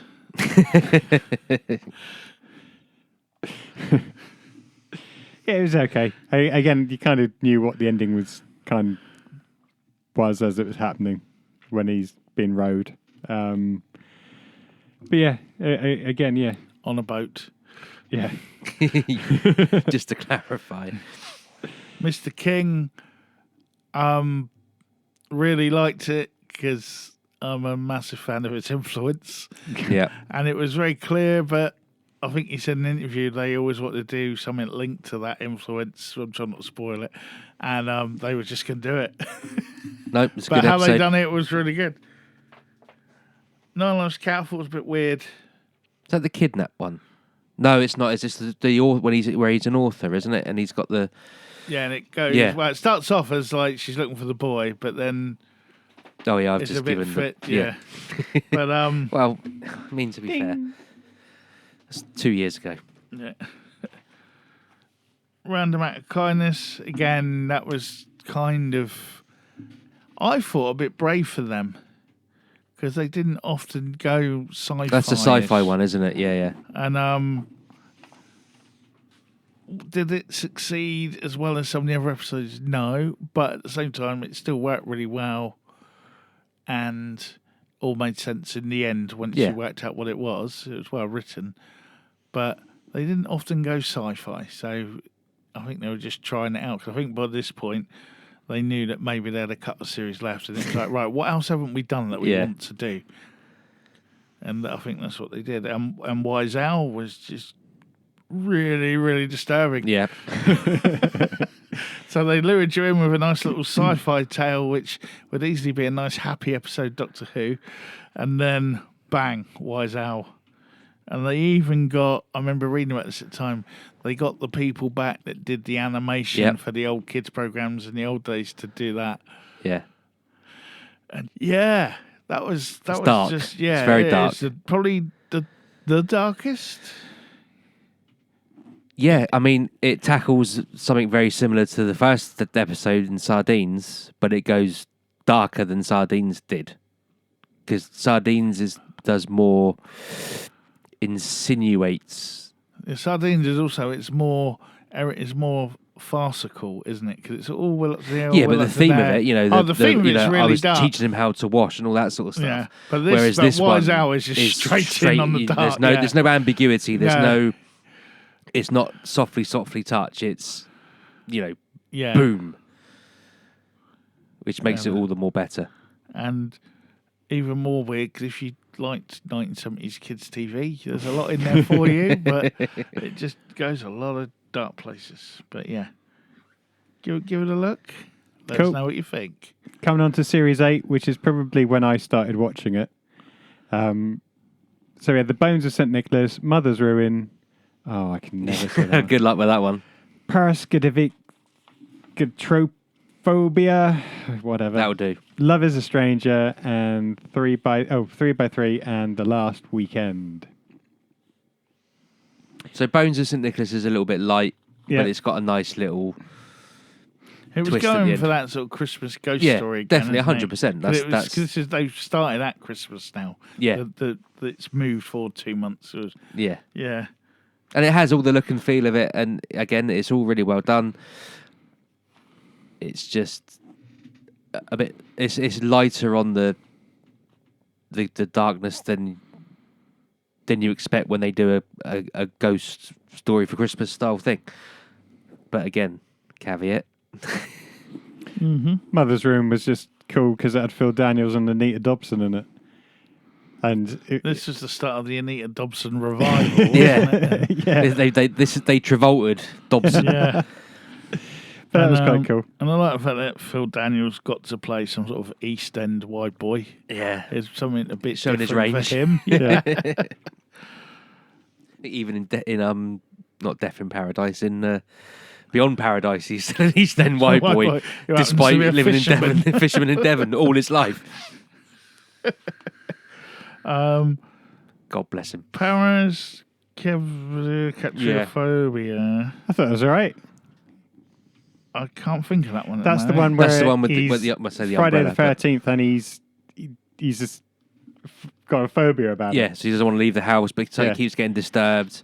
Stuff Doesn't keeps go to happening. work, so he calls in sick, doesn't Yeah, I remember all that. I'm trying to remember. Well, the ending is she leaves the house, I think. Yes, yeah, I Yeah. remember that. Yep. Because she's had enough of it, hasn't she? And then it drives her out, and then Yeah. Oh, yes. Love is a Stranger. That was a good one. That was a bit different. That was the dating one. Yep. That was a nice. Oh, I mean, that- again, it's nice. Kind of. You can't say two-hander because she talks to more people. Yeah. But Yeah. it almost is a two-hander. It's just her talking on a screen. It's just brilliantly done.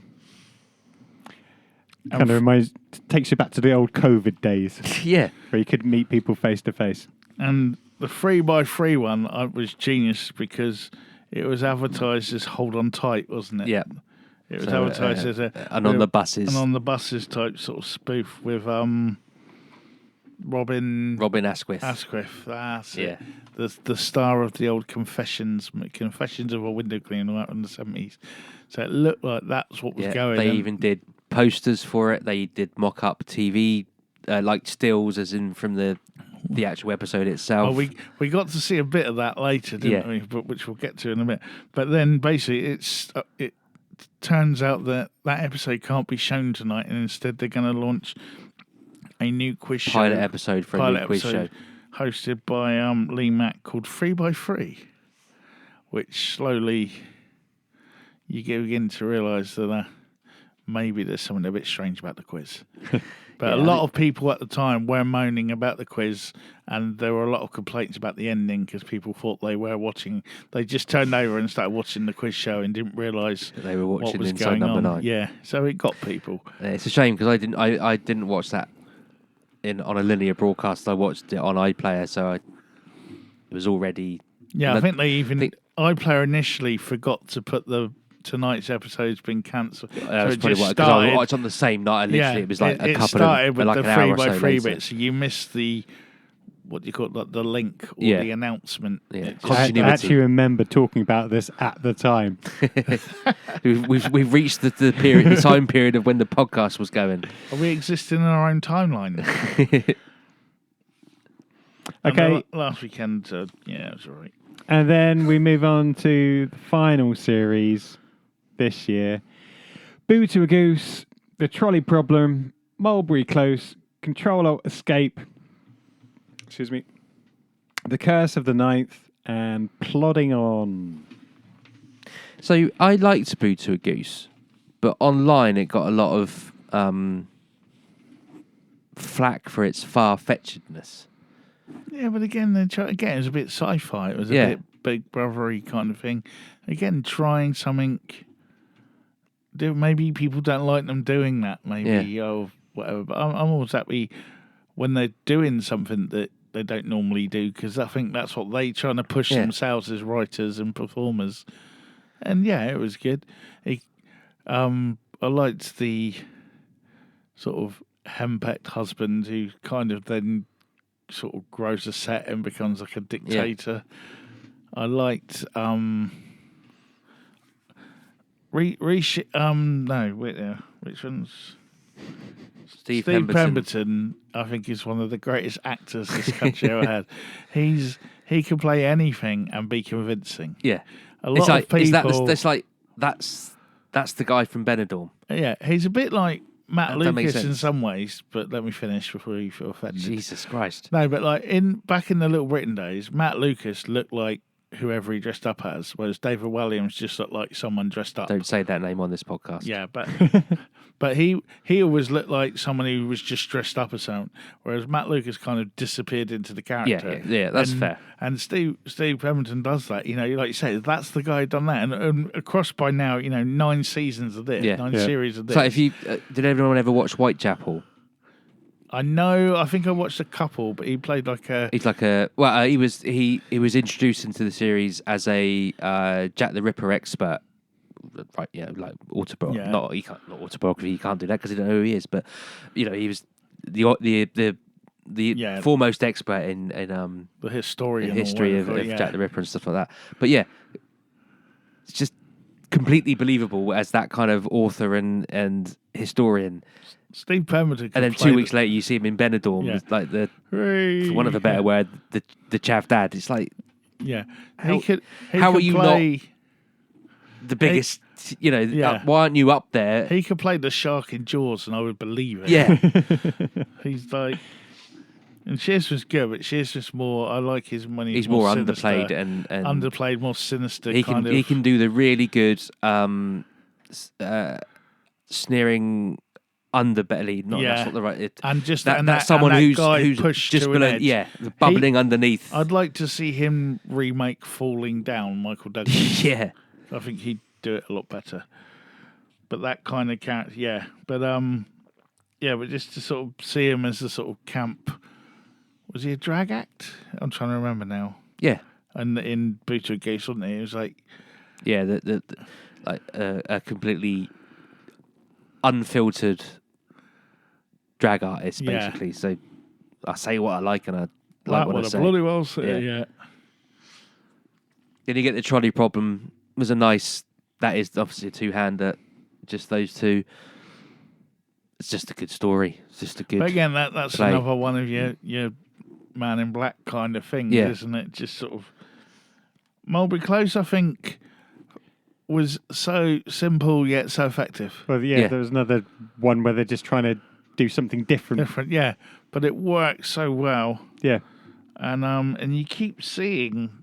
Is it Vinette Robinson? Is that her name now? The girl that played the wife, but I always remember her as she was the princess. Remember when Harry Enfield did the Playboys? No. And they were all like dressed like Jason King and all that, and it was like one Vaguely. sketch. And then when she was Princess Flora, he goes, "Oh, I like that. Easy to spread and half the calories." That was her there, but that was probably like her first ever acting Yeah. job. And that, every time I see her, I just remember her from that. But yeah, really good episode. And again, went down a Mulberry Close alleyway that you weren't expecting. But Controller Escape again.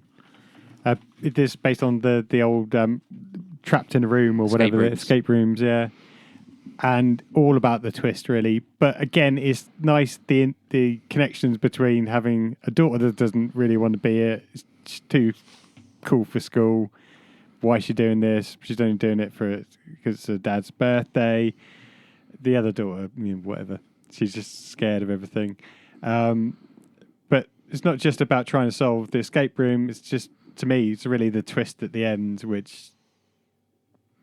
Well, it's clever because the conversations that the children are having, you think, like you just said, oh, it's the daughter doesn't want to be there. Why are you doing this? Why are you going to do this? Sounds like why are you going to leave Daddy? Why I've told you that we're doing this one last time. They're going to have a conversation, but that's not what the conversation is. What's happening by his bedside. That's yeah. It's been on air. It's been out for a couple of weeks now. See, this to me, I can't say it without saying the other one. I'll go for it. It doesn't matter. We've We've done the bell. Super spoiler bell. This to me links back to the 12 Days episode. I try not to say it in full because people might not really get it. But it was almost that kind of life on Mars. Yeah, it is kind exactly of that. thing, Yeah. which they touched on in there, and then they sort of come back to this, and there was almost a bit where I was kind of hoping she might walk past or something. It's not going to happen because she, I don't know, she's Sharon Smith now, superstar, but I don't know, some sort of link into it or something. Because I thought, where it's the last one, would they do something like that? And I thought, well, I guess not, but hey, they got me. But yeah, and it's that sort of thing again, and I like stuff like that. So Yeah, it's a good little twisty episode because you think the twist is that they're in the escape room. Yeah. It's There's a real killer in the escape room. That's what you think the twist is, but not even close. I mean, the twist isn't anything new, to be fair. I would almost rather that the second to last two episodes were the other way round. Yeah, in my head they were, which is why I said. Yeah, because the Curse of the Ninth with Natalie Dormer. So the Curse of the Ninth is the last proper episode, isn't it? And then you kind of get the feeling that Plodding On's almost their homage to themselves and almost a way of thanking other people for being in the series. It's still good. But I think every line of dialogue was from another episode, wasn't it? Not quite, but it's more or paraphrased at least. I mean, they're kind of what they've done is taken a risk, because if you're a major fan of the show and therefore their work, they're all to some extent. It feels, even though most obviously it's not real, but it's almost giving you an insight into how they are with each other. It's all scripted and it's all made up, but there are points in there that are actually fact, like the when he says about turning up to the office and you always pretend to be a murder victim. That is true. Oh yeah, I remember reading that. They've put a lot. So they've almost taken a risk in the fact that they're exposing. Are they breaking themselves. their fourth wall? They're breaking their own fourth wall by exposing their own relationship. They're not. I mean, I don't know how much of it what other bits of it are true or whatever, but and then they also end on the when they say that there's a third option, is that the third within the world of the episode that they're in, their third option is to make the on the buses, or is the third option, let's not end the series, let's we can still make some more. I like Catherine Parkinson just dying for some drugs and stuff like that, and then and you get they all get the names Anne Reid up. doing snorting a line. It's like, and then what other people, what kind of, who could get an established. Well, the only I don't use lovey in its nasty term, but an established woman. The only like thing Anne I can Reid put it to is there was an episode. Doing a line. I think it was an episode of Extras where Moira Stewart was selling coke in the toilet or something like that, or trying to get someone to buy some coke in the toilet, and that was weird. But it was just and even then when they did the trailer for All Aboard, whatever it's called, on the buses type thing. Yeah. They got Catherine Parkinson, the other one's names the other way around on that as well. Just a little. Yeah, and everyone does that. That's the thing. That is not even if they're just making a joke amongst themselves. I think that's certainly for me, it's a common. If you see Amanda Abington, or I will in my head would have to think about which one of those that is. It's not. anything against them. It's just how my mind works. Yeah, no, it was. And obviously, it's got loads of callbacks throughout the episode. Yeah, I mean, you see them cut. Like the they most got obvious is the sardines, but and they put made sure Thingy appeared on screen. What's her face? Helen, who passed away. yeah, Peaky Blinders. yeah. On the montage, Yeah, and all that. She got made sure she all was the on all there. the cocktails are named after episodes. Can't remember them Yeah. now. There was a lot of props around it. Yeah. I spotted a A few couple of the things on posters are bar. knocking about, and obviously then you've got the actors themselves. Are all in Yeah. there. And then we went back to the Curse of the Ninth, which again was a good one. Yeah, I enjoyed that. That's a callback to again your Mm-hmm. old-fashioned ghost story stuff. Yeah, it was all right to me. It was kind of Natalie Dormer's always good, but it's just that kind of. I felt they'd done that by now. But they then- even say that, and that's what. Yeah, I know. I think but they've done it on but purpose But I because mean, it- even before, So yeah, they can so say it's- in the episode, the final episode, So we it's only almost did like, that. yeah, did they do that just to say, Yeah, yeah, they're clever bastards, they are. and that's what they're geniuses. Cool. So that was our farewell to Inside Number 9. As far as we know, Yeah. Well, they might come back for some Oh, specials. and to be fair, you never know. to for want of a better term, shoehorn Robin Asquith's arse into an episode was always going to put a laugh. Yeah. So I think it can be said that we've almost got man crushes on Steve Pemberton and Reece Shearsmith. I can't say his name, but they're just so bloody clever. It's sickening. Yeah. that's what happens when you just watch films forever and remember it all. So Well, come on then, pull your finger out, Summers. Start writing the bare bones and we'll fill in the rest. It's one of those things, though, because, I mean, yeah, we've all thought about writing stuff, but you look at these two people and it almost puts you off even just attempting. Yeah, they are. It's just clever. Clever doesn't do it justice, but Yeah. that's the only word you can think of. Yeah. So that's it, pilgrims. We're not worthy, as the old Yeah. saying goes. Feel free if we've missed. Sorry, Paul, but if we've missed anything, well, we haven't commented much on your favourite episode or whatever. yeah, Let stick us it know. in the comments. Tell us what it is. And if you haven't watched Inside Number 9, Sorry. hopefully On many levels, we feel sorry for you. the One, way, we've ruined it. the way that we've expressed our love, maybe not for every episode, but as a 9-series genre of mind-bending, some subtle performances, some standout performances. They're just very, very clever. So if you haven't seen it, go off and watch it. And it's all on the iPlayer. Good old iPlayers. So yeah, that was our farewell to number 9, episode 120 of the Cult Faction podcast. But as we said, we're going to go back to having our spotlight on a film. Woohoo! So for next week, Mr. Summers gets to choose what our spotlight is going to be. Only because I haven't gone off and looked to see what any of our listeners or watchers have put. And sorry, Brett. So this does come to That's you. right. Because you know what we're going to have to do? I got a feeling. I'm going to have to go full circle. Beastmaster. So just to explain, Beastmaster was the film that we were going to watch before we had our. Wait, and it was was my- my forced that was, hiatus. I think that was your pick. It was my actually, choice, Alan. but Oh, was it? yeah, That was your it's- choice, It's yeah, it fine. was. We can do Ghostmaster, Beastmaster, Ghostbusters. Ghostbusters. No, then we've gone full circle, just like inside number Yeah, 9. we're that clever.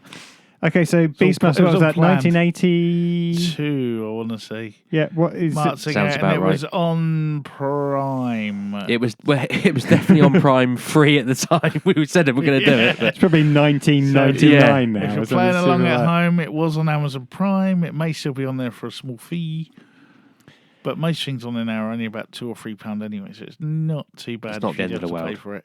And I'm sure that you might be able to find it other places. Cool, so that's Beastmaster. If you want to play along next week, go Yeah. off and watch it. Starring Mark Singer, John Amos, Rip Torn. Rip Torn, Good old Rip Torn. and Other people. Other people. It's not important, Brett. It's not Okay, important. so You now can time keep to thinking shut- about it. To start our shutdown proceedings. As always, don't forget to check us out on all of the different socials. Thank you for watching.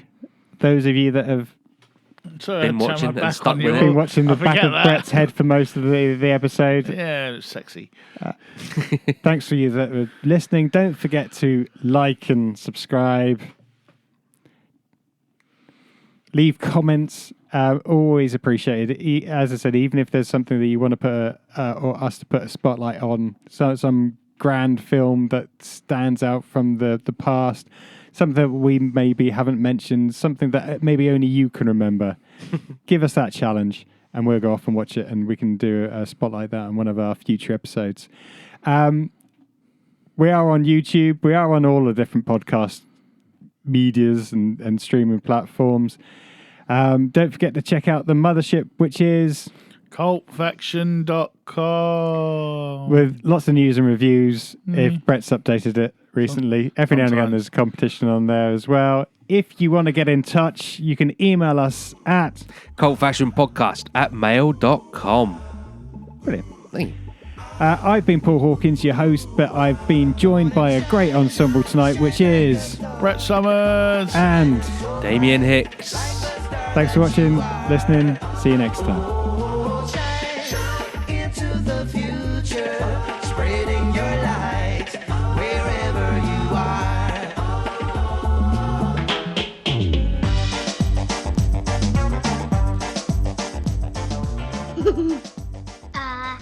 Superman. Oh, yes. That. Now it's good. Yep. Turn me eyes, turn me soul. Yes, I'm getting a bit louder. I'm getting a bit louder. Ooh, baby, I love your way. Ooh, baby, ooh, baby. Cause if I leave here tomorrow, will you still remember me? Probably not. Go right up my short leg. As opposed to your long leg. My long leg's fine.